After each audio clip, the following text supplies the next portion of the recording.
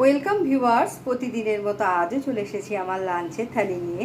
আজকে লাঞ্চে নিয়েছি সাদা ভাত, নিয়েছি শসা ও গাজর কুচি স্যালাড হিসেবে।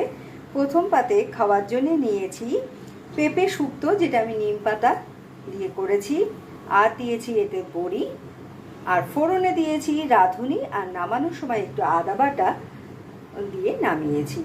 তারপরে নিয়েছি মোচার ঘন্ট, যেটা আমি ছোলা দিয়ে রান্না করেছি।